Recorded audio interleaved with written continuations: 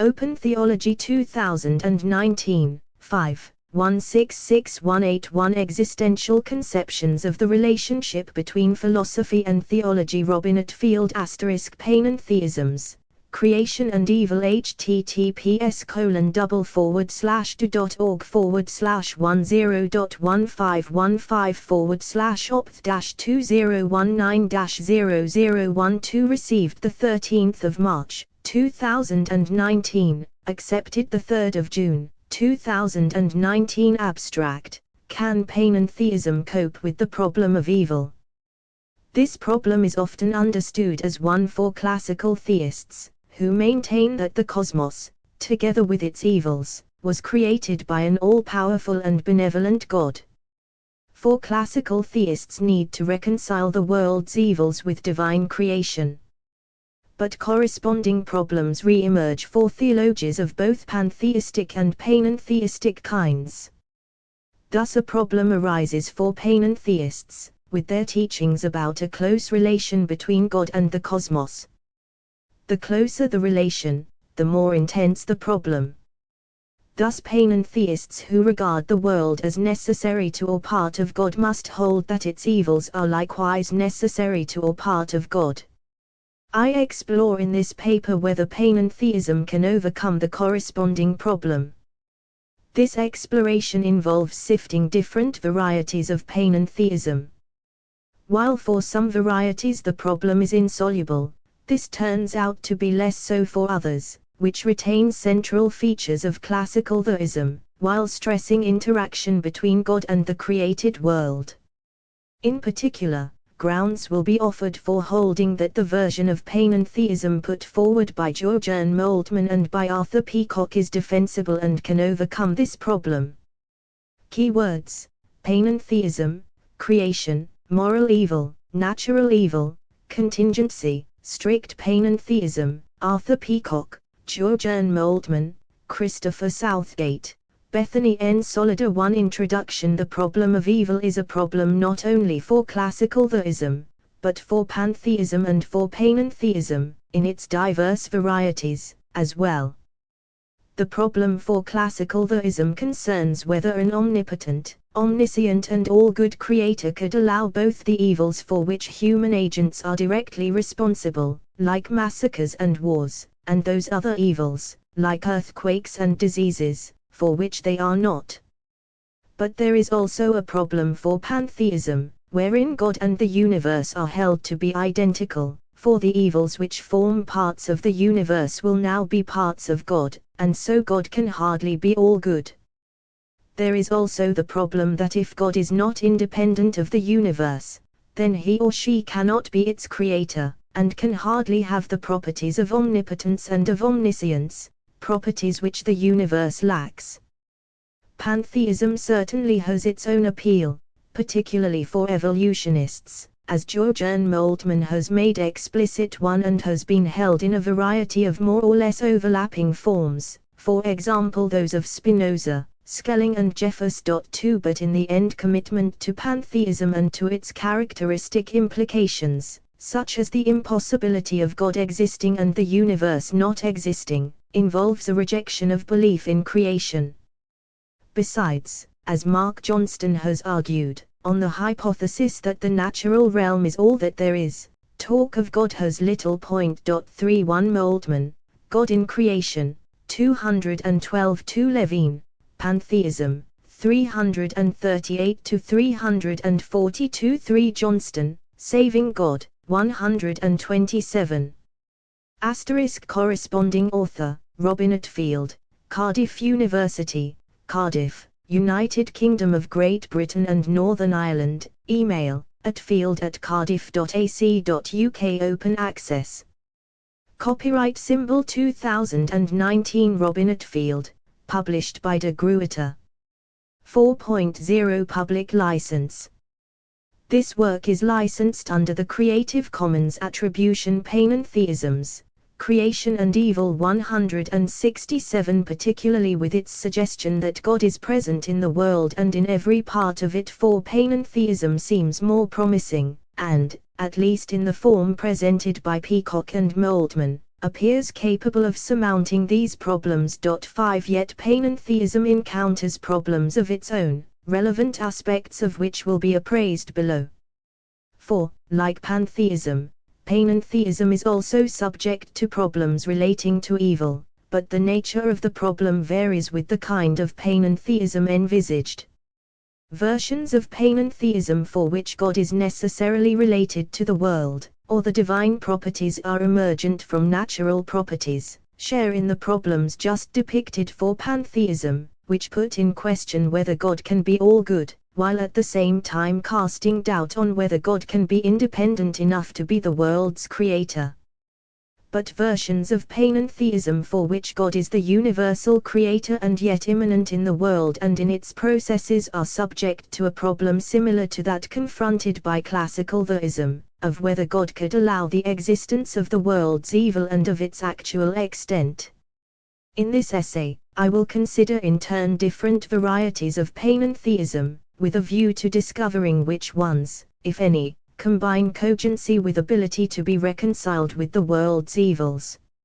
In order to undertake this investigation, I will begin with Niels Henrik Grigerson's taxonomy of kinds of pantheism, and, using methods characteristic of analytic philosophy, consider in turn what he calls strict panentheism, soteriological panentheism and expressive panentheism. 6. I will also consider versions of panentheism for which the world is understood as God's body, and the distinctive panentheism of Jurgen Moltmann, 1985, 7 and Arthur Peacock, 2007, 8, to see whether, particularly with relation to the problem of evil, any of these versions enhance the case for panentheism.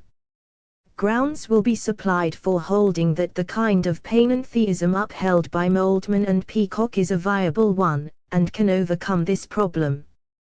2. Strict panentheism. Before introducing strict panentheism as a kind or species of panentheism, Grigerson helpfully specifies what all panentheisms have in common, in his view. Informally, he suggests that they all share the intuition of a living two-way relation between God and the world, within the inclusive reality of God. 9. More formally, he presents a definition of generic panentheism, as follows: 1. God contains the world, yet is also more than the world. Accordingly the world is, in some sense, in God. 2. As contained in God, the world not only derives its existence from God, but also returns to God, while preserving the characteristics of being a creature. Accordingly, the relations between God and the world are, in some sense, bilateral. 10. The problem, however, as he proceeds to explain, is to make sense of, in some sense. This is purportedly achieved by strict panentheism by invoking necessary interdependence. After giving a brief account of the stances of A.N. Whitehead and of Charles Hartshorne, he presents contrasting definitions of strict panentheism, glossed as dipolar panentheism, after Hartshorne's suggestion that there are two poles in God, 11, and of qualified, Christian, panentheism. Here are those definitions: for Moltmann, God in creation, 212, Peacock, creation, 203 ff.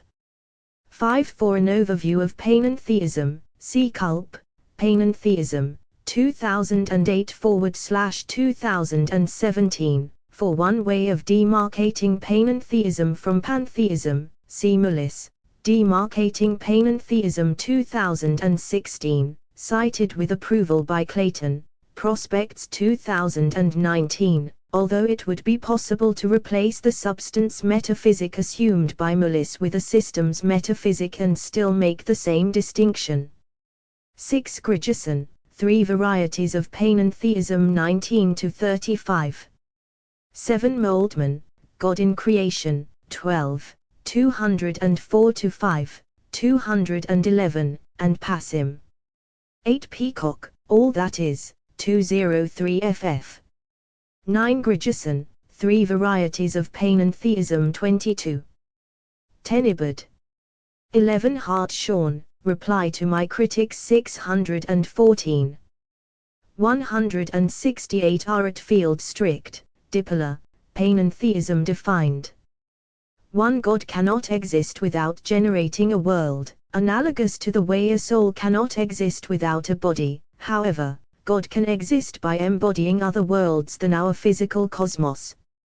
2. It is by a metaphysical necessity that God and world coexist and co-determine one another, so that God influences the world and temporal experiences flow into the actual nature of God. All that exists necessarily participates in divine life. 12 And here is Grigison's contrasting definition of qualified, Christian, Panentheism. 1. While the world cannot exist without God, God could exist without a world. Accordingly the soul-body, phraseology, is at most a helpful metaphor for the intimacy of the God-world relation once the world is created out of divine love. The term in diamond brackets has been supplied by the author for the sake of grammatical completeness. 2. It is by divine grace that the world is co-determining God, so that temporal events may influence God and creatures share the life of God. All that is redeemed participates in divine life. 13 These are helpful definitions, but it should at once be added that the qualified panentheism of this definition could be embraced by, at least some, Unitarians, Jews and Muslims, and would not, of course, be accepted by all Christians, and so the gloss of Christian is misleading. This said, it should rapidly be added that the definition of qualified panentheism well captures the traditional theistic stance that while the universe is wholly dependent on God, God could exist independently of the actual world and of any other world. This stance, however, is precisely what the strict panentheist denies. For her/him, there is a two-way necessary dependence between God and one world or another. This is how she/he makes sense of the world being in God and vice versa. It will not be possible, within the confines of this essay, to follow through all the implications of the definitions just supplied, let alone which aspects of generic panentheism, as here defined, would have been rejected by Thomas Aquinas. Grigison in fact argues that it is the second proposition of this definition that Aquinas would have rejected. 14 But limits of space prevent a discussion of this issue here. What is relevant here is that strict panentheism makes the evils of our actual universe necessarily aspects of God. For while, in theory, God could have been necessarily related to another universe, the actuality of the one in which we live means, in the light of Grigison's definition, that this is the universe with which God stands in a necessary relation of codetermination. Hence the actual evils within it necessarily determine God, as well as God necessarily determining them. But this raises insurmountable problems for the acceptability of strict panentheism. On the one hand, the world's evils, both those apparently due to the choices of free agents and those natural evils not due to such choices, must be seen as necessary to God. From this it already follows that God cannot be all good, as believers in creation maintain. Adherents of strict panentheism may be prepared to accept all this, but, if so, do so at the heavy cost of foregoing belief in creation. But there are further problems. For in view of the relation between God and the actual universe being a necessary one, God was not free to bring into being a universe with fewer, let alone with none, of these evils, and so God can have little or no freedom in shaping the actual universe. God cannot exist without a universe, or without creating whichever universe becomes actual, however evil it turns out to be. But, this being so, God is not sovereign and cannot be held to be related to the universe as its creator at all, but becomes at best its unfree cosmic explanatory being, to use a phrase of Ninian Smart.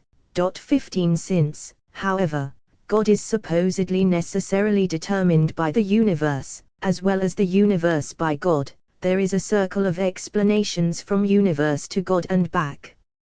In other words, God cannot even be held to explain 12 Grigison, 3 Varieties of Panentheism 23.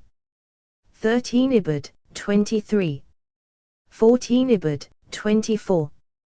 15 Smart, Philosophers and Religious Truth. Panentheisms, Creation and Evil 169. Either the existence or the character of the universe, since, given strict panentheism, the apparent theistic explanation of the universe is cyclical, and thus no explanation at all. A closely related point is that strict panentheism fails epistemically because it makes God dependent on the cosmos. Yet some of the central reasons for belief in God include independent divine action bringing about its existence. Thus divine creation helps explain why a world which could have had a different character or which might have not existed at all is in fact as it is. So if God is no longer held to be independent of the world, and effectively ceases to have the role of creator, there is far less reason to adhere to belief in God in the first place. Strict panentheism, in fact, undermines the central epistemological grounds for theistic belief. There again, for many forms of strict panentheism, the divine properties are emergent from natural properties, being determined by them. Thus if the universe is afflicted by suffering and sin, then the divine properties, which are necessarily determined by those of the world, will be likewise afflicted. However emergence is understood, and although there are many ways of understanding relations such as emergence and supervenience, the divine properties will be inescapably besmirched with corresponding properties of the world, given the necessary codetermination of God and world inherent in the definition of strict panentheism. Strict panentheism may have seemed to overcome some of the problems traditionally faced by pantheism and some of those encountered by traditional theism.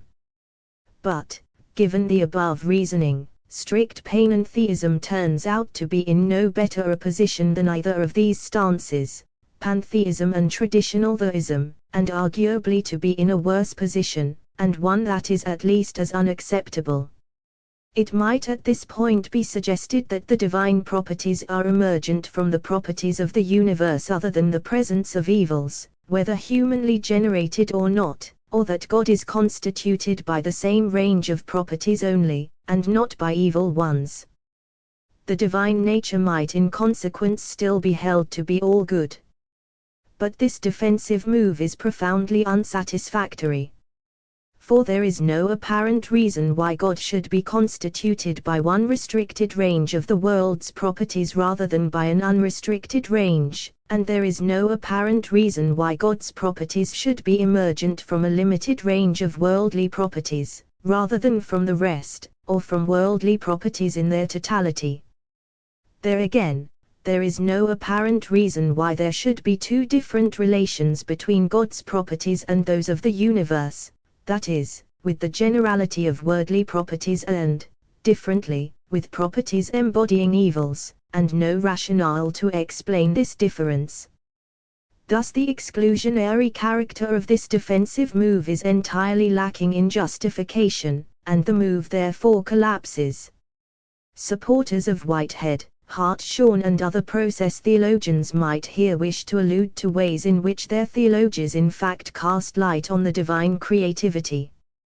Peacock, for example, cites a passage of J. B. Cobb and D. R. Griffin concerning the ideas of Whitehead about God's initial aim for each occasion to illustrate this. 16 Likewise Joseph A. Bracken is sympathetic to Whitehead's bottom-up approach. 17 and to Terence Deacon's account of how higher-order systems emerge from lower-order processes. 18 Deacon wisely avoids defining system, unlike Bracken, see below, but supplies examples of how systems can be generated and maintained by simpler forces and factors, and by Darwinian evolution.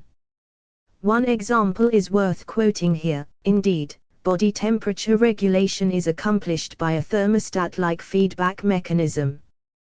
But, of course, the optimal temperature for body functions is not an accidental value. This mechanism evolved because this temperature was optimal for the many metabolic processes that ensured health and reproductive success of a long lineage of warm-blooded animals. In this respect, following a standard neo-Darwinian line of reasoning, we can say that this end wasn't the product of design. Its end-oriented tendency was produced by accident, and was retained merely because of its serendipitous contribution to the reproduction of organisms happening to exhibit this particular variant. 1916 C. Cobb and Griffin, Process Theology, 53, Peacock, Creation, 211. 17 Bracken, The World in the Trinity, Panentheism, 219. 18 Deacon, Incomplete Nature, 216. 19 Ibid, 19. 170 R. Attfield. Yet, despite his admiration of Deacon's materialist and systems theory approach, Bracken still maintains a place for a form of top-down causality 20 on the basis of grounds which he quotes from Nancy Murphy and George Ellis, and which I would endorse. The symmetries and delicate balances we observe in the universe require an extraordinary coherence of conditions and cooperation of laws and effects, suggesting that in some sense they have been purposely designed. 21 It is worth adding that Bracken's systems-based approach appears, at least initially, capable of sustaining a version of panentheism which would replace the substance-based version advocated by Mullis. Hence the earlier qualification to the effect that Mullis' manner of demarcating panentheism from pantheism is not the only possible manner, see note 5. There again, supporters of Whitehead and other process theologians might alternatively seek to overcome problems about God's relation to the world by claiming that God is unchangeable and transcendent in some respects, but changeable and limited by the world in others. 22 Despite the apparent contradictions that such claims involve, and that have been argued to count conclusively against panentheism, at least of this type. 23 Hartshorne appears even to solve the problem of theodicy by denying that, in the relevant sense, God is omnipotent. 24 The same denial has recently been reached by a different route by Thomas J. Ord. God's love and self-emptying supposedly mean that God is essentially unable to prevent evil. 25 However, this raises the issue of whether, lacking omnipotence, God has the power either to create the existing world or any other. But for present purposes, these contributions can and must be set aside as beside the point. For to the degree that these theologians comply with strict panentheism, as defined above, their positions remain indefensible as acceptable understandings of the relation between God as creator and the world as creation. Some of their more constructive thoughts may still be open to combination with other varieties of panentheism, interpretations of divine creativity included, as Peacock appears to suggest in the same context, but this makes no difference to the fundamental untenability of their stances.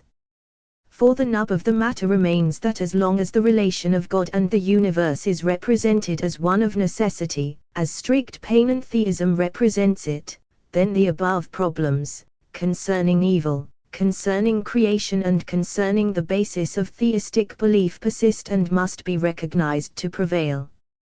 The proposals of Hartshorne and of Ord may be seen to shift the contours of the problem, but serve only to cast doubt on the credibility of creation itself.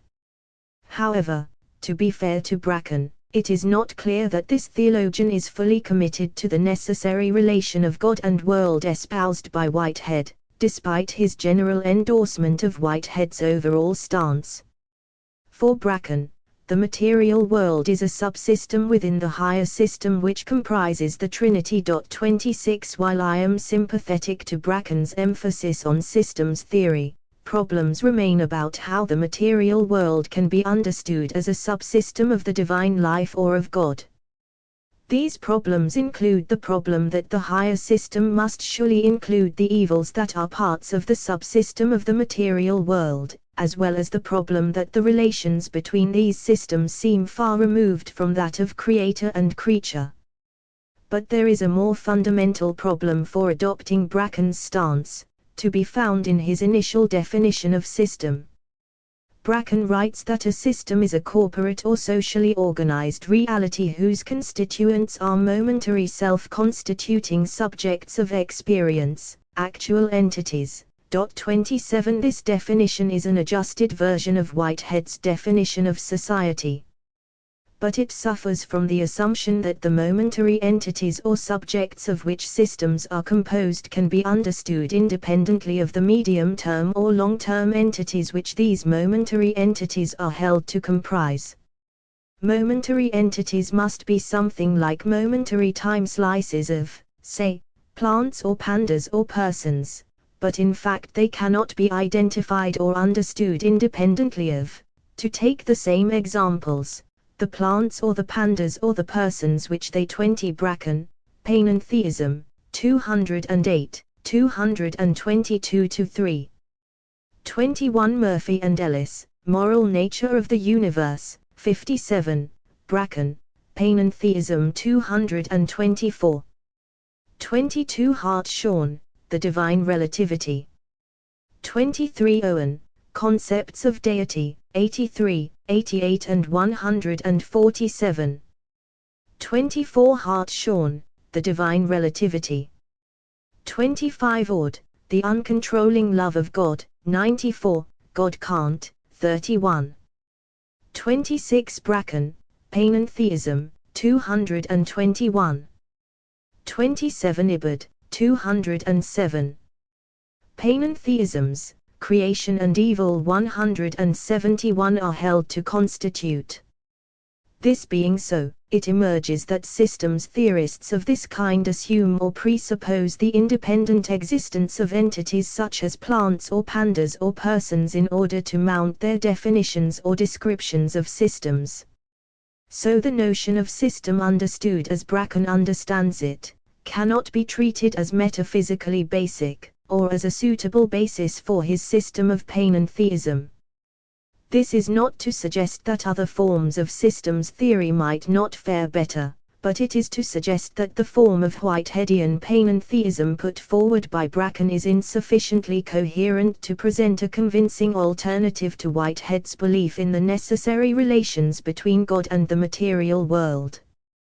This criticism is not grounded in assuming a metaphysic of substance, but in the problem of the independent identifiability, or lack of it, of momentary subjects or entities. Accordingly, it is time now to consider other forms of Panentheism, in case they can be seen to fare better than Panentheism of the strict kind. It is time to turn from strict Panentheism to the generic Panentheism of Griggson's definition, and to the two related kinds of Panentheism which he proceeds to consider in greater detail. 3. Soteriological Panentheism. Here, the suggestion is that we can be in God in a qualitative sense, as when the playing of a symphony orchestra is so sensitive that each member of the orchestra becomes one of many in the unified experience of the symphony. 28 A persistent problem is whether the relevant concept of relationality with God can be extended to apply to the world as a whole, and to its return to the divine life. The prospects seem brighter, at least for Christians, when Grigson suggests that the passage about the Logos in the first chapter of the Gospel of John be understood to express a divine revelation that permeates creation. If we translate Logos as pattern, then this passage can be taken to declare that every configuration within the world of creation is a specific pattern elicited by the all-pervasive pattern of the Logos. 29 Or better, if we translate Logos as dialogue, then the chapter may be read as declaring, "In the beginning was the dialogue, and the dialogue was in God, and the dialogue was God. All things came into being through this dialogue, and without it nothing came into being." 30 Subsequently, though, another passage of John's Gospel is cited as implying that participation in the divine community relates to the future, for Jesus is represented at John 14:10 as saying that on that day you will know that I am in the Father and you in me, and I in you.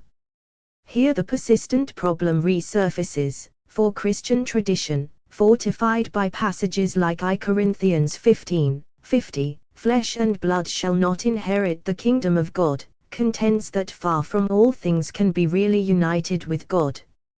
Is small-mindedness, miserliness, hatred, torture, terror, war, sc united with God, asks Grigison. 31. Panentheism, he claims, could not be affirmed from a Christian perspective as a matter of present fact, for attunement to God cannot be fulfilled until after the resurrection. Soteriological panentheism thus really amounts to eschatological panentheism. 32. Thus moral evil, evils for which conscious agents are responsible, is here treated as an obstacle to this form of panentheism. Yet when Paul made his speech at Athens and spoke of God as one in whom we live and move and have our being, Acts 17:28, he did not mean that in God we shall have our being, at some point in the future, nor that either Athens or Jerusalem or the world was immune from moral evil. Our living in God was to be understood in some other way, concerning, for example, the presence of God's Spirit, or Spirit, in all creation. Indeed, all this suggests that some form of panentheism may be tenable after all, as long as the world's being in God does not imply that it is a world in which moral evil has been overcome. But that version can hardly be the soteriological version of Grigison's depiction, because the latter version does not apply to the world as it is, but only to the world as it might become. 28. Grigison, Three Varieties of Panentheism. 24. 29. Ibid. 26. 30. Ibid. 31. Ibid. 27. 32. Ibid. 172. R. Attfield. It is time to turn now to his remaining form of panentheism, expressivist panentheism. Grigison depicts this variety in a section entitled Expressivist Panentheism in the context of German idealism. 33. For expressivist panentheism, the term panentheism, as Grigison discloses, was devised in 1829 by the post-Kantian German philosopher Karl Christian Friedrich Krause, 1781–1832. For Krause, both nature and humanity are ontologically distinct from God, and are subordinate beings, but each, and particularly humanity, expresses the richness of the divine life. Also, both are destined to be taken back into that life. In this way, Krause was avoiding both the supernaturalist theism of Leibniz and the pantheism of Spinoza. Though subordinate to God, both nature and humanity were to fulfill the will of God to become loving, and in this way, and after struggles, achieve union with God. Gottsenig. 34. The stance of Krause was taken further by Hegel, for whom God's infinity was capable of including the finitude of the world within itself.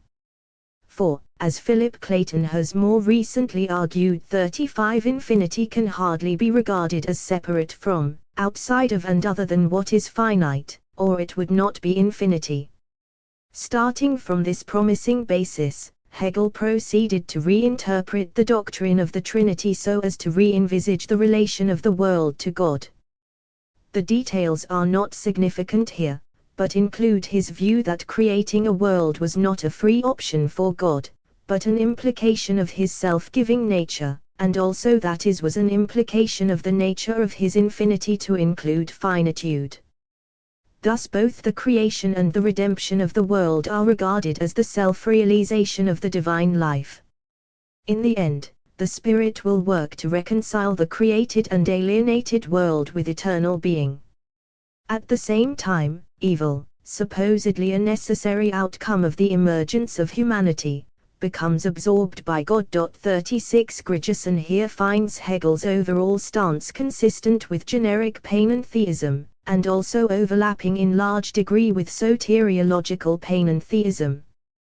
While there is much to be said for Grigison's recognition of overlap between these two stances, it must be doubted whether Hegel's stance really conforms with generic panentheism, as defined by Grigison himself.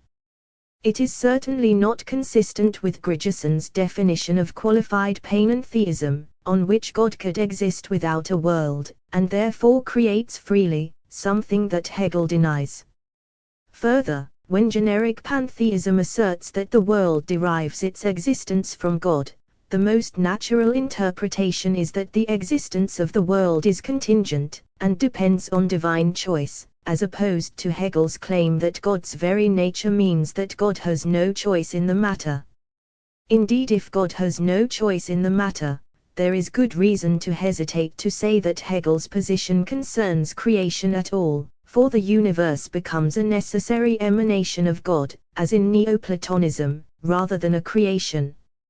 So at least some aspects of Hegel's version of expressivist panentheism are problematic, where consistency with generic panentheism is concerned. Another, apparently, is his treatment of evil, both as a necessary outcome of human emergence, and as something destined to be absorbed within God. Nevertheless, his account of God's infinity can be seen to contribute to a theistic panentheism, and so does his account of the divine spirit working in the world to secure reconciliation with God. Maybe some of the more promising features of soteriological and of expressivist panentheism could be held to contribute to a tenable version of panentheism. These include their provision for the events of human history to affect God, if only in terms of attitudes that he or she adopts.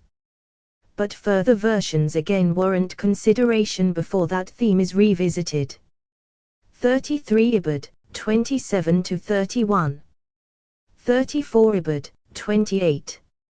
35 Clayton, God and Contemporary Science, 99. 36 Grigerson, Three Varieties of Panentheism, 29-30. Panentheisms, Creation and Evil, 173. 5 The world as God's body. Another version of panentheism which should be considered is the tradition for which the world is to be understood as God's body.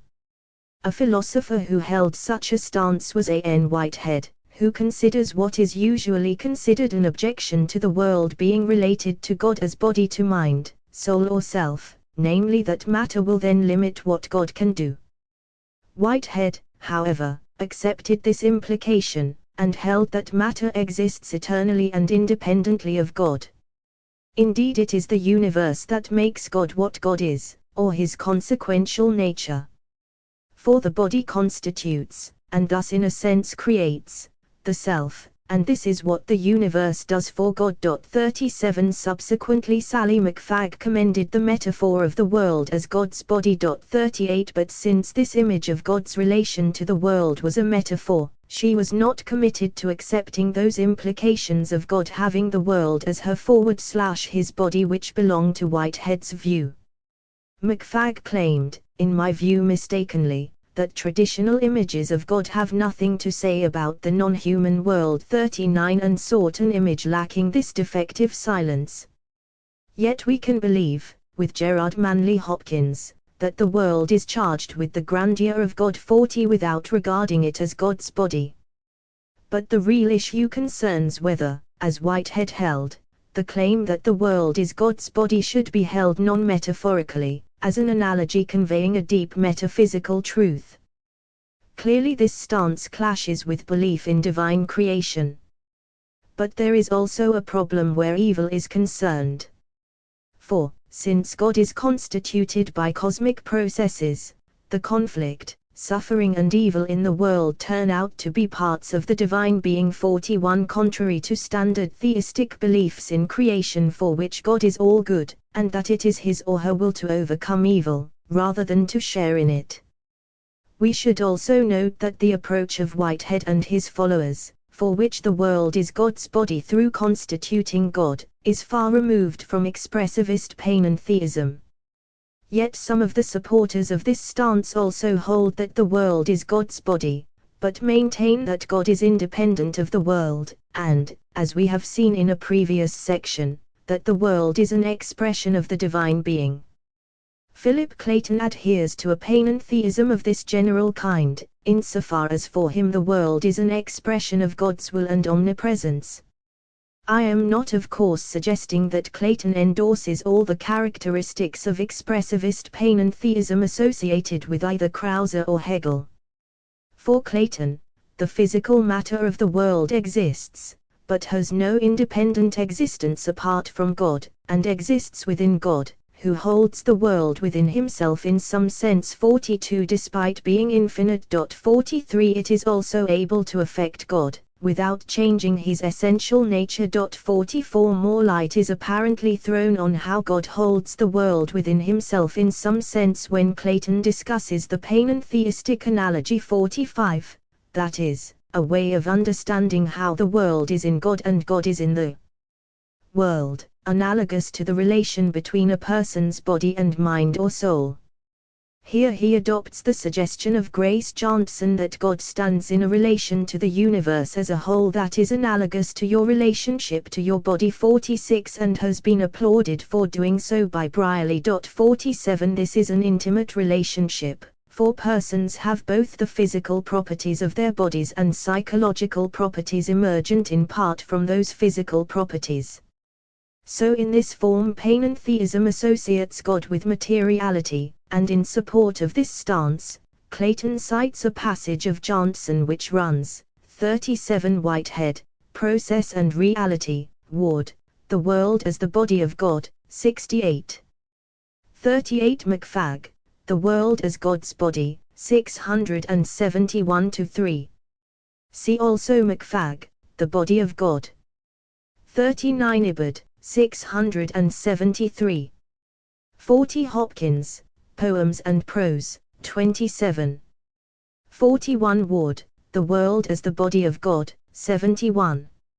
42 Clayton, God and Contemporary Science, 91-2. 43 Ibbard, 99. 44 Ibbard. 45 Ibbard, 262. 46 Johnson, God's World, God's Body, 123-4, Clayton, God and Contemporary Science, 262. 47 Brierley, Naming a Quiet Revolution. 174 Attfield The idea of matter as utterly alien to us, incapable of thought or life, and hence unworthy to be predicated of God, is a view which theology must follow science in rejecting. The holism and integration of human persons which religion strives for, integration with the world, with other men and women and with our own bodies, is incompatible with a derogatory evaluation of matter. But this means that, with a more positive view of matter, the way is open to consider its relationship to God, on the model of the divine embodiment of the world. 48 However, we may well applaud this positive evaluation of matter without going along with Johnson's and Clayton's conclusion about divine embodiment in the universe as a whole. Indeed, the analogy between God's relation to the world and the embodiment of persons breaks down in several significant ways. For classical theism and for Clayton's variety of panentheism alike, God creates the universe, whereas persons do not create their own bodies, and so God's relation to the universe, or action within it, can hardly be compared to that of embodiment, let alone bodily action. Ward rejects most forms of the panentheistic analogy on grounds of this kind. 49 Besides, as Elizabeth Burns notes, following G.R. Peterson, this analogy portrays God in terms which are too anthropomorphic, because God does not have a human-like brain, and therefore cannot have thoughts that are constrained, as ours are, by the limitations of the body of which the brain is a part. 50 There again, both for classical theists and for Clayton, God would exist even if there were no world, whereas the existence of persons is usually held to depend either on having a body, or else, if we follow the New Testament, a resurrection body. Further, the extinction of the universe would not imply God ceasing to exist, or, if the word ceasing is inappropriate, God's not existing in its absence, whereas it is much more doubtful whether persons could exist without either the physical bodies of their mortal lives or, to follow the New Testament again, the existence of resurrection bodies with which God may choose to endow them thereafter. But these are not mere superficial disanalogies, they strike at the heart of the suggestion that the universe is related to God in any way analogous to the relationship between a person and her or his body. Further disanalogies concern the natural and moral evils which the world exhibits, for if the world is God's body, then these become properties or elements of God's self. But enough has been said already to undermine the panentheistic analogy, when understood in this manner. The model of the world as God's body is an unhelpful one, even as a metaphor, contrary to Grigeson's definition of qualified panentheism. Yet the panentheist may uphold other models of ways in which God can be in the world and the world in God. Hence the demise of the panentheistic body analogy need not spell that of panentheism. In the coming 2 sections I consider the ways in which Georgian Moltmann and Arthur Peacock set about expounding their version of panentheism, and then how the problem of the presence of moral and of natural evils in the world can be reconciled with this version. 6 am defensible version of panentheism. Moltmann declares that the Creator, through his Spirit, dwells in his creation as a whole, and in every individual created being, by virtue of his Spirit holding them together and keeping them in life. The inner secret of creation is the indwelling of God. 51 Later he adds that absolute space means the direct presence of God in the whole material world and in every individual thing within it. 52 Clayton's comment on this passage is that the motivation of the doctrine of divine omnipresence, then, is not to pretend that all things are God, but to locate all things within the divine presence, which is the only source of all existing things. If space is God's space, then the world is not outside him but by definition within him. 53 These passages, I submit, offer an unusually clear sense in which everything can be understood as existing in God, and also in which God can be understood as present and dwelling in everything. 48 Johnson, God's World, God's Body, 122, Clayton, God and Contemporary Science, 264. 49 Ward, The World as the Body of God. 50 Burns, How to Prove the Existence of God. 16, Peterson, With a Panentheism, 402. 51 Moltmann, God in Creation, 12. 52 Ibbard, 154. 53 Clayton, God and Contemporary Science, 89. Panentheisms, Creation and Evil. 175 Moltmann adds illuminatingly to these claims by adding that the whole world has to be regarded as an open system. 54 The universe is so made that the parts continually give rise to new structures. Understood as an open system, it is a participatory system, with local systems and their quantitative variety facilitating leaps into the new quality of higher levels of organization. It is an anticipatory system, being aligned to growing communication and new possibilities, and a self-transcendent system, to be interpreted as the self-transcendent totality of a diversity of communicating, individual open systems, with no foreseeable end to their evolution. 55 Among the implications are that God acts in and through the activities of his creatures. Created beings act out of the divine potencies and into a divine environment. The activity of created beings is made possible by the divine patience. The presence of God in the world is the space free for the liberty of created beings. 56 While some of the italicized prepositions are less than clear, overall the message of this passage is clear enough.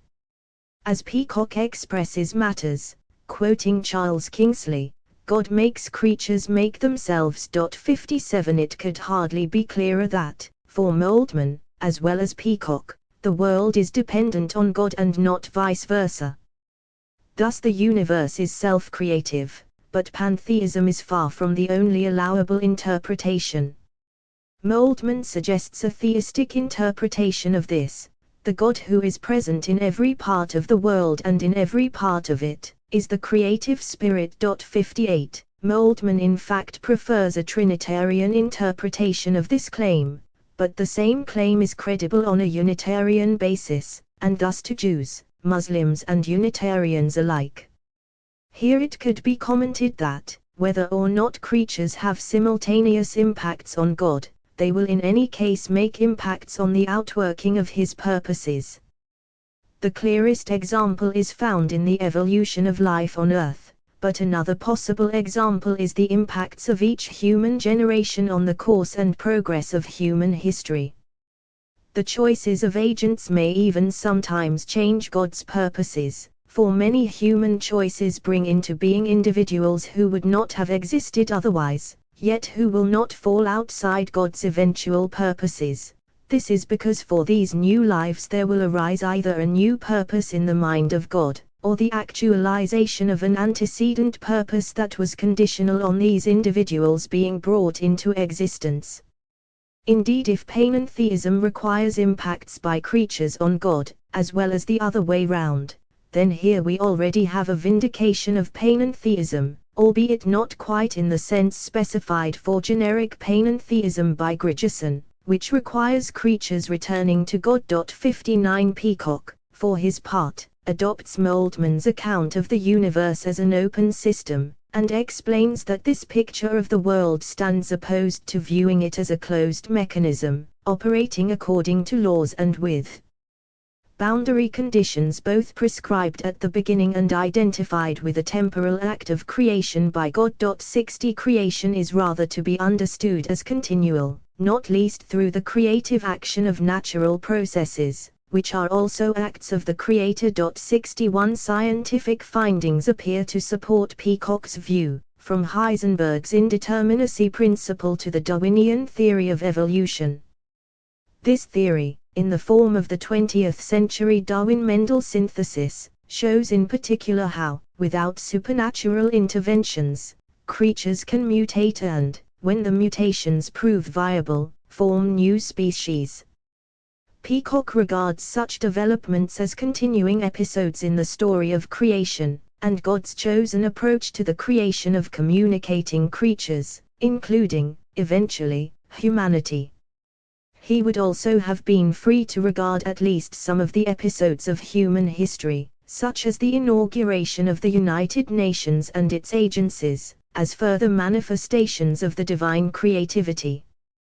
Peacock has the good sense to reject the claim that the universe is to be regarded as God's body, partly because it represents the universe as being of the same ontological order as its creator. 62 In his version of Panentheism, as in that of Moltmann, the distinction between the creator and his or her creatures is 54 Moltmann, God in Creation, 204-5. 55 Ibid, 205. 56 Ibid, 211. 57 Kingsley, The Water Babies, 248. Peacock, All That Is, 18. 58 Moltmann, God in Creation, 212. See also Attfield, Creation, Evolution and Meaning, 168-171. 59 Grigison, Three Varieties of Panentheism, 22. 60 Peacock, Creation and the World of Science, 203. 61 Ibid, 204. 62 Brierley, Naming a Quiet Revolution, 7. 176 are Attfield securely preserved, and yet God, as Spirit, remains active in and through creatures. In this connection, Peacock accepts the view of Geoffrey Lamb that the Spirit of God is to be understood as referring not to a divine hypostasis distinct from God the Father and God the Son or Word, but to God himself as active towards and in his human creation. 63 There is further important and relevant common ground between Moltmann and Peacock. Thus Moltmann held that creation in the beginning is simultaneously the creation of time. We should treat simultaneously here as a metaphor. 64 Peacock, who, like Moltmann, endorsed the open system understanding, accepts, with Einstein, that time enters the scene when matter and energy appear. 65 A remark that is in complete accord with Moltmann's view of God's initiation of time.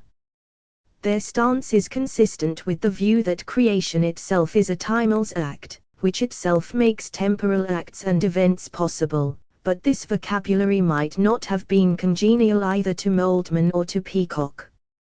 It should be admitted that Moltmann might have been uneasy about Peacock's endorsement of Lampe's account of God as spirit, but this does not detract from their combined awareness of the presence of God as spirit across and throughout creation. Theirs, then, is a significant contribution to Panentheism, and what Clayton has recently called, in the terminology of Imre Catos, a research subprogram. 66 Research programs and subprograms are not falsifiable, at least directly, but wax or wane as they attract or forfeit intellectual support. This one, I suggest, is worthy of further study. The main problem confronting versions of Panentheism such as that of Moltmann and Peacock is the problem of evil. There are also differences between these two thinkers, due in part to their differing backgrounds, the one in systematic theology and the other in biochemistry and later in the science-religion debate. 67 But their differences should not be allowed to obscure the common elements of their shared panentheist position. We should instead focus on the much more pressing problem of theodicy. Ruth Page remarks how inadequate the defenses of panentheists have frequently been in this regard. 68 Confronting this problem is the task of the next section. 7 Panentheism and moral and natural evil. One aspect of the problem of evil has been made explicit by Grigerson, when he asks, are all things really united with God? Is small-mindedness, miserliness, hatred, torture, terror, war? 69 Pantheism has no satisfactory answer, but Panentheism can begin its reply that the Creator, operating through evolution and through human history, might be expected to provide free persons with opportunities for moral choices. A good God might credibly grant freedom of choice to conscious agents, for the sake of their being able freely to choose to do his/her will, and might choose not to override evil outcomes of those choices, lest those choices should cease to be choices, the free will defense. There again, as John Hick has argued, a good God might credibly allow a cognitive distance between the perspective of human agents and their attainment of a clear vision of the path of salvation, for the sake of the development of their characters. Hick's Irenaean defense. 70 These are mutually compatible defenses. They would require further development, and to be presented with due humility, before they could be accepted to show how they apply to such major atrocities as the Nazi Holocaust, yet they can still be understood to suffice to rebut the claims that God could not have made a world in which moral evil is present. 71 And could not have been active within it in the manner proposed by the Moltmann/Peacock version of Panentheism. 63 Lampe, God as Spirit, Peacock, Creation and the World of Science, 207. 64 Moltmann, God in Creation, 207. 65 Peacock, All That Is, 20. 66 Clayton, Prospects for Panentheism as Research Program. 67 Culp, Panentheism 7-9. 68 Page, Panentheism and Panentheism, 222-232. 69 Grigerson, Three Varieties of Panentheism 27. 70 Hick, Evil and the God of Love. 71 Van Inwagen, The Problem of Evil. Panentheisms, Creation and Evil 177. But these defenses do not, as such, begin to explain natural evils such as pain, suffering, diseases, earthquakes, hurricanes, wildfires and tsunamis. Even if these episodes result from open systems, no version of the free will defense, nor of Hick's Irenaean defense, accounts for them. However, as Bruce Reichenbach has shown 72, all these evils might be permitted by the creator of a regular world, who operates through predictable laws of nature. In the absence of such natural regularities, living creatures, including human beings, could not flourish, nor develop their characters by making choices in response to partially intelligible circumstances, and only thus could free and responsible creatures come into being.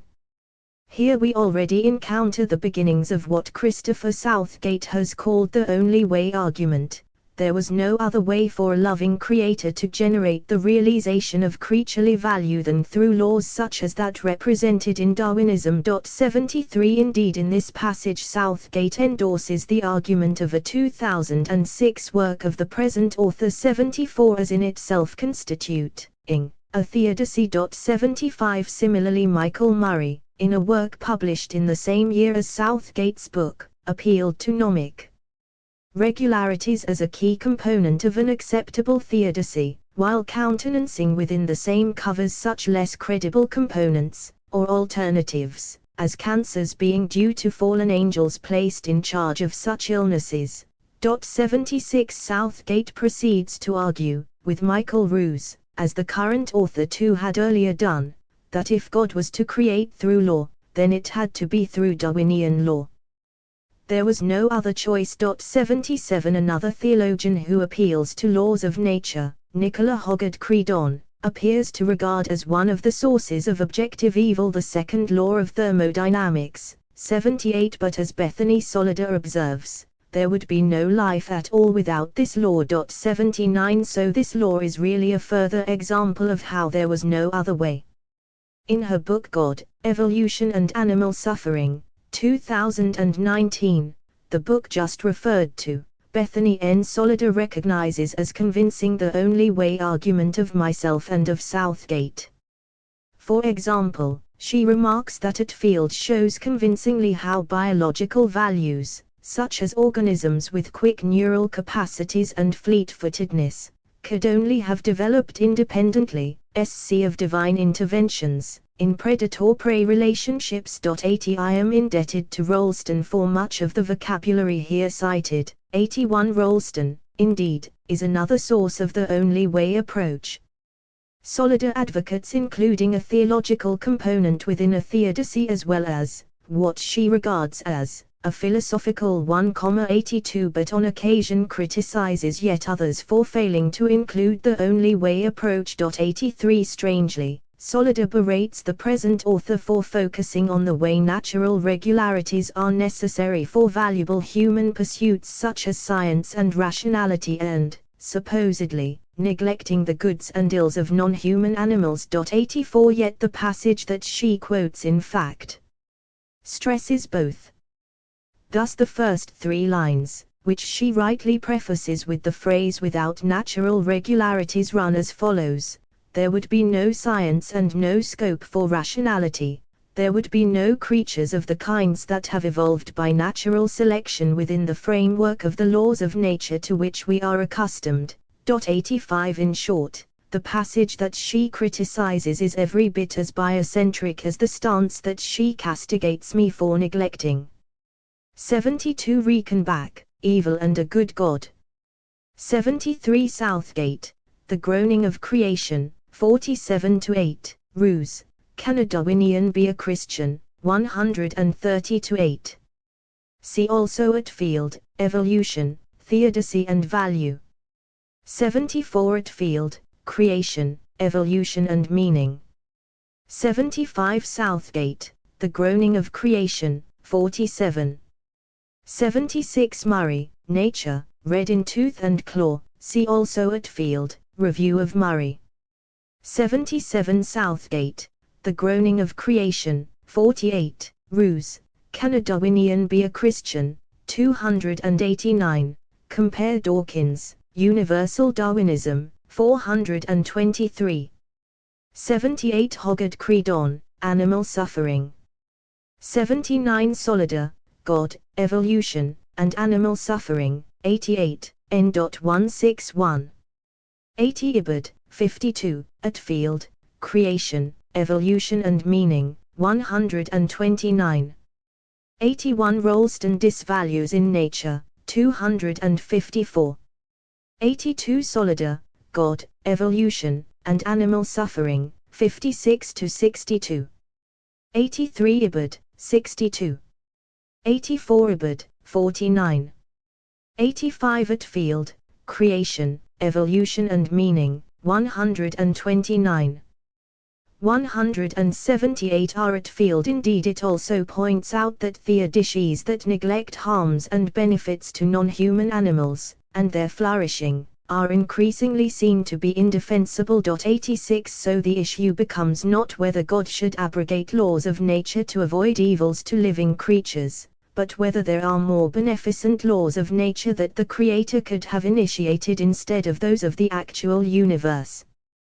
Here, however, if it is claimed that there could have been different and better laws, the onus is on the critic to specify the nature and shape of some such laws, laws which would produce an improved universe if they were operating throughout it, and at all times at that. Could the laws that, for example, allow the growth of cancerous cells be replaced by different laws of cell division with no such implications? Until any one improved law that would be viable across space and time can be suggested, the regularities of the actual universe look as if they are either better than, or as good as, alternative regularities. 87. Southgate suggests that such considerations actually support a best way argument. 88 But that may well be too ambitious a claim, as well as a claim that exceeds what is needed for a viable theodicy. Nor can this appeal to laws of nature be regarded as representing the universe as a closed system, since open, indeterministic systems still depend on laws of nature, some of them probabilistic, or they would not be systems at all. Evolution through natural selection comprises one of these laws. Here I am in full agreement with Richard Dawkins, Roos and Southgate, and facilitates both the emergence of new species and the extinction of many others, operating, as it does, through processes such as predation.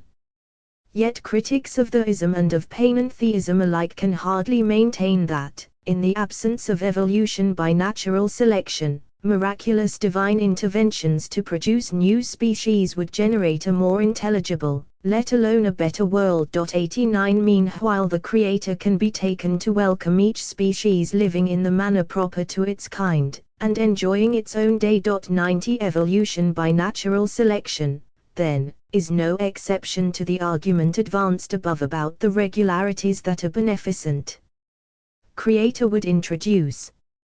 Further, to accept this is to accept that a loving God could permit such apparent evils as predation, which is inherent in natural selection, and even parasitism, which, as Rollston has argued, is nothing more than a particular form of predation. 91 Solida has well argued that parasitism might be permitted by a loving God, holding that God's love for non-human creatures involves granting them the autonomy to devise strategies of survival such as parasitism. 92 And that, if God were to prevent a creature from seeking a meal of meat in the face of starvation, God would be halting and overwhelming creaturely autonomy in ways that are irreconcilable with love. 93 These arguments begin from the nature of divine love, but amount, in my view, to theological translations of the no other way approach presented above. Alternatively, they could be seen as complementing and strengthening it, and forming parts of a compound theodicy, as commended both by Murray and by Van Inwagen. 94 Southgate, it should be recognized, holds that a stronger theodicy can be found if an eschatological compensation is available to individual suffering animals. 95 But such considerations are open only to believers in an animal heaven, see below. He also suggests that the suffering of God in Christ somehow enhances the above theodicy. 96 But this suggestion is available to believers in the Incarnation only, as opposed to Jews, Muslims and Unitarians, and it is far from clear in any case how it contributes to a reconciliation of the Creator's goodness with, for example, pre-human suffering, for that remains unchanged. 86 Ibid, 129. 87 Attfield, Creation, Evolution and Meaning and Wonder, Value and God. 88 Southgate, The Groaning of Creation, 48. 89 Humphreys and Vlachos, Creation, Ethics and Environment, Passim. 90 Page, Panentheism and Panentheism, 228. 91 Rolston, Disvalues in Nature, 256. 92 Solider, God, Evolution, and Animal Suffering, 92. 93 Ibbard, 94. 94 Murray, Nature, Red in Tooth and Claw, 146. Van in Wagen, The Problem of Evil, 119 to 123. 95 Southgate, The Groaning of Creation, 48 to 54, 88 to 89. 96 Ibbard, 48 to 54. Panentheisms, Creation and Evil 179. However, it has been suggested by Trent Doherty that God will resurrect all living creatures, and endow them with enough characteristics of personhood to enable them to recognize their own place in the overall course of history and of God's purposes. 97 Solider supports a version of this suggestion, with the proviso that this would be a gift of grace rather than the recompense corresponding to an entitlement.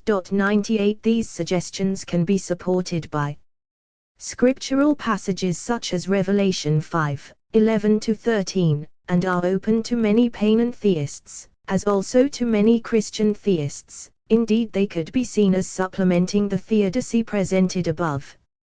However, they are not open to Jews, Muslims, or to most Unitarians. Southgate has further suggested that the evolutionary process may be the only way not only to the emergence of selves in this world, but also to the creation of animal selves in heaven. 99 But the same qualification applies again, and the only way approach, as applied to this world, remains the most reliable theodicy available to the generality of panentheists. It is worth adding, with Rolston, 1992, that despite losses of species, and despite periods of mass extinction, species diversity has continued to grow, currently reaching an estimated total of 9 million species. 100 Such diversification can be interpreted as an example of God making creatures make themselves, and also, plausibly, of operating through them to the same end. It is not, as soteriological and expressivist panentheists claim, that God's presence in the world must wait until the end of history, because God's creative spirit has been at work there all along, throughout the long story, or history, of life on earth. This approach could be held to supplement the only way theodicy without appealing to eschatology. 8 Some conclusions. While other forms of panentheism appear to fail, not least because of different versions of the problem of evil, the forms of panentheism presented by Moldman and Peacock offer a viable version. Its credibility is strengthened if it endorses Hegel's account of God's infinity, which can include the world within it, an account recently endorsed by Clayton, 101. Clayton's understanding of divine omnipresence, and, at least for Christians, Grigerson's interpretation of the prologue of the Gospel of John, which suggests that this passage conveys that God's activity, pattern or dialogue has all along permeated creation. The universe functions as, in Moldman's phrase, an open system, full of unfulfilled possibilities, and within this system, as Peacock maintains, God uses evolution by natural selection to make creatures make themselves, and is active in human history as well as in nature. Within such a system, God permits the evil impacts of misguided human choices, and thus moral evils, but remains active, responding to the new situations that these and other choices produce. Such systems, however, depend on cosmic regularities, rather than supernatural interventions, and through choosing these regularities, God permits suffering and natural disasters, rather than intervening to prevent them. Evolution by natural selection is itself one of these regularities, and is a system through which new creatures are continually created. In these ways, panentheism of this kind is able to combine aspects of classical theism with responsiveness to modern science, and to be reconcilable with the world's evils. It is also consistent with the more expansive form of the philosophical naturalism associated with modern science, a form which includes within its scope not only the material universe, but also values, and additionally the possibility of its being created. 102 So construed, panentheism is consistent with a scheme of redemption, through which creatures ultimately return to God, but this aspect of redemption should not be explicitly included in the generic definition of panentheism, as it is in Grigerson's definition, although redemption and the Creator's redemptive purpose should not be excluded. Redemption and or the union of creatures with God is 97 30, The Problem of Animal Pain, 142-7. 98 Solida, God, Evolution, and Animal Suffering, 156-178. 99 Southgate, The Groaning of Creation, 90. 100 Rolston, Genes, Genesis and God, 362-5, Author reference, Book of 2006, 160. 101 Clayton, Prospects for Panentheism. 102 Ellis, God, Value and Nature. 180 Attfield Consistent with panentheism, but panentheism is best understood as concerning the relations between God and the universe at all times, and not only at the end of time, or at the time of a general resurrection. Further, the openness of creation means that neither should the world be understood as being determined by God, or there would be no freedom of choice, nor God by the world, which would limit the freedom of God, even if each affects the other. Hence codetermination, as opposed to mutual influence, should not be included in definitions even of qualified panentheism, let alone Christian panentheism, yet mutual influence can reasonably be included. Grigerson's definition of qualified panentheism should be revised accordingly. Here is a revised definition, embodying a suitably reworded version of Grigerson's. 1. While the world cannot exist without God, God could exist without a world. The relations between God and the world are to be understood as involving mutual influence on this basis, the world existing within the divine presence, but God not being confined in the world or by it. 2. It is by divine grace that God indwells the world, in such a way that temporal events may influence God, and creatures share the life of God. All that is redeemed participates more fully in divine life.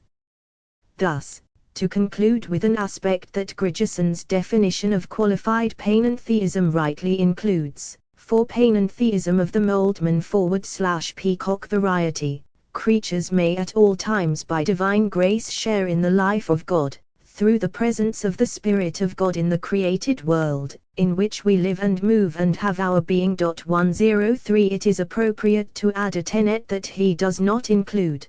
Panentheism of this variety is open to theists in general, and not only to Trinitarian Christians.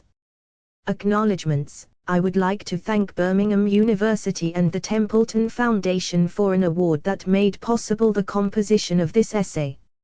References: Attfield, Robin. Evolution, Theodicy and Value.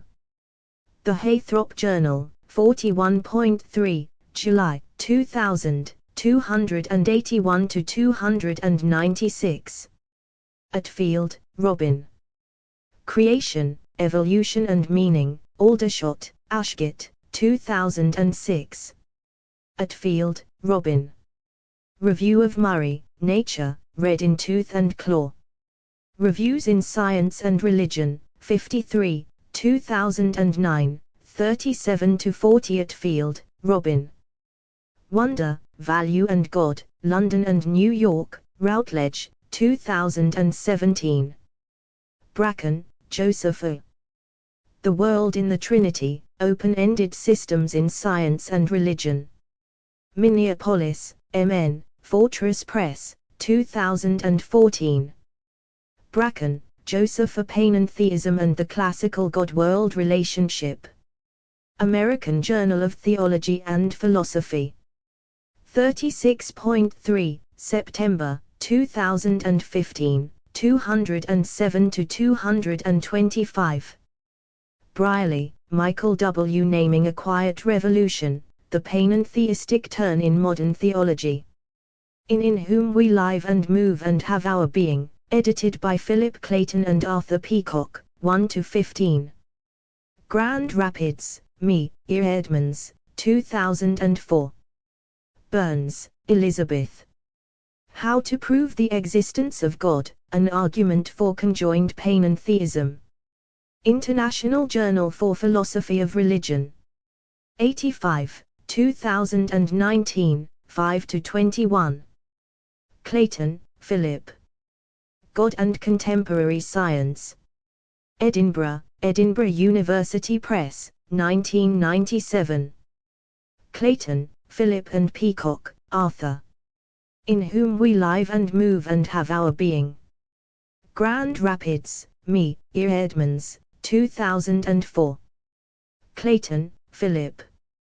Prospects for Panentheism as Research Program. European Journal for Philosophy of Religion. 11.1, 2019, 1-18. Cobb, J.B. and Griffin, D.R. Process Theology. Belfast, Christian Journals Limited, 1977. Culp, John. Panentheism. Stanford Encyclopedia of Philosophy, 2008/2017, available, https://stanford.edu/entries/panentheism, accessed 24 May 2019. Dawkins, Richard. Universal Darwinism. In Evolution from Molecules to Men, edited by D. S. Bendel, 403-25. Cambridge, Cambridge University Press, 1983. Dawkins, Richard. River Out of Eden, A Darwinian View of Life. London, Weidenfeld and Nicholson, 1995. Deacon, Terence W. Incomplete Nature, How Mind Emerged from Matter. New York and London, W. W. Norton, 2012. Doherty, Trent. The Problem of Animal Pain, A Theodicy for All Creatures Great and Small. New York, Palgrave Macmillan, 2014. Ellis, Fiona. God, Value and Nature. Oxford, Oxford University Press, 2014. 103 Acts 17, 28. Panentheisms, Creation and Evil 181 Grigerson, Niels Henrik. Three Varieties of Panentheism. In Whom We Live and Move and Have Our Being, edited by Philip Clayton and Arthur Peacock, 19-35. Grand Rapids, Me and Cambridge, E. Edmonds, 2004. Hartshorne, Charles. The Divine Relativity, A Social Conception of God. New Haven, Yale University Press, 1948. Hartshorne, Charles. A Reply to My Critics. In the Philosophy of Charles Hartshorne, edited by Louis Edward Hahn, 603-630. La Salle, I.L., Open Court 1991. Hick, John. Evil and the God of Love. London and Basingstoke, Macmillan, 1966. Hoggart Creedon, Nicola. Animal Suffering and the Problem of Evil. Oxford, Oxford University Press, 2013. Hopkins, Gerard Manley.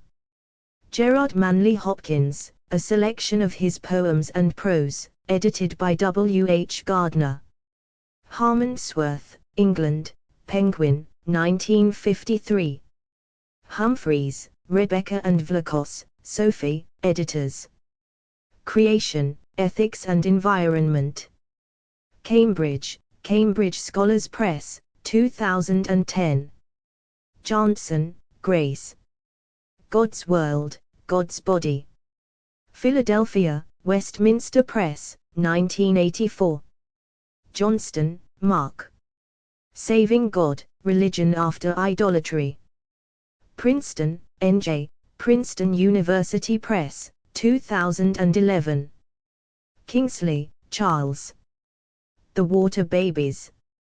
London, Hodder and Stutton, 1863, 1930.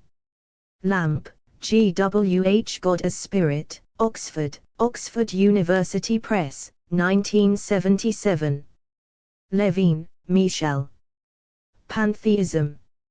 In a Companion to Philosophy of Religion, edited by Charles Taliaferro, Paul Draper and Philip L. Quinn, 337–347. Second edition, Malden, Marr and Chichester, UK, Huyler Blackwell, 2010. McFagg, Sally. The Body of God, An Ecological Theology. Minneapolis, MN, Fortress Press, 1993. McFagg, Sally. The World as God's Body. The Christian Century, July 20–27, 1998, 671–673. Moldman, Georgian. God in Creation, An Ecological Doctrine of Creation, translated. Margaret Cole. London, SCM Press, 1985. Mullis, R.T. The Difficulty of Demarcating Panentheism. Sophia, 55.3, 2016, 325–346. Murphy, Nancy and Ellis, George F.R. On the Moral Nature of the Universe, Theology, Cosmology and Ethics. Minneapolis, MN, Fortress Press, 1996. Murray, Michael. Nature, Red in Tooth and Claw, Theism and the Problem of Animal Suffering, Oxford, Oxford University Press, 2008. Ord, Thomas J. The Uncontrolling Love of God, An Open and Relational Account of Providence. Downers Grove, IL, IVP Academic, 2015.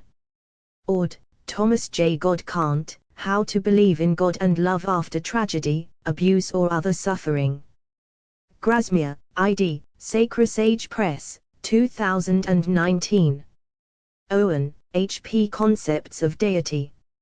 London, Macmillan, 1971. Page, Ruth, Panentheism and Panentheism, God in Relation. In Whom We Live and Move and Have Our Being, edited by Philip Clayton and Arthur Peacock, 222–232. Grand Rapids, Me and Cambridge, William B. Edmonds, 2004. Peacock, Arthur. Creation and the World of Science. Oxford, Clarendon Press, 1979. Peacock, Arthur. Articulating God's Presence in and to the World Unveiled by the Sciences. In Whom We Live and Move and Have Our Being, edited by Philip Clayton and Arthur Peacock, 137–154. Grand Rapids, Me and Cambridge, William B. Edmonds, 2004. Peacock, Arthur. All That Is, A Naturalistic Faith for the 21st Century, edited by Philip Clayton. Minneapolis, Fortress Press, 2007. Peterson, G.R. With a Panentheism. Zigan, Journal of Religion and Science, 36.3, 2001, 395–405. Reichenbach, Bruce. Evil and a Good God. New York, Fordham University Press, 1982. Rolston, Holmes, 3. Disvalues in Nature, The Monist, 75, 1992, 250-278. Rolston, Holmes, 3. Genes, Genesis and God, Values and Their Origins in Natural and Human History. Cambridge, Cambridge University Press, 1999. Roos, Michael. Can a Darwinian be a Christian? The Relationship Between Science and Religion. Cambridge, Cambridge University Press, 2001. Roos, Michael. Darwinism and Its Discontents. Cambridge, Cambridge University Press, 2006. Smart, R.N. Philosophers and Religious Truth. London, SCM Press, 1964. Solider, Bethany N. God, Evolution, and Animal Suffering, Theodicy Without a Fall. London and New York, Routledge, 2019. Southgate, Christopher. The Groaning of Creation, God, Evolution and the Problem of Evil. Louisville, KY and London, Westminster John Knox Press, 2008. Van Inwagen, P. The Problem of Evil.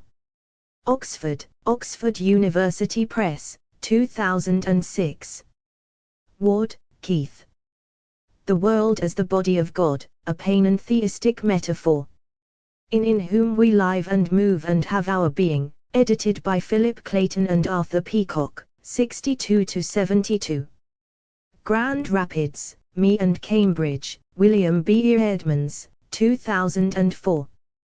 Whitehead, A.N., Process and Reality. New York, Free Press, 1978.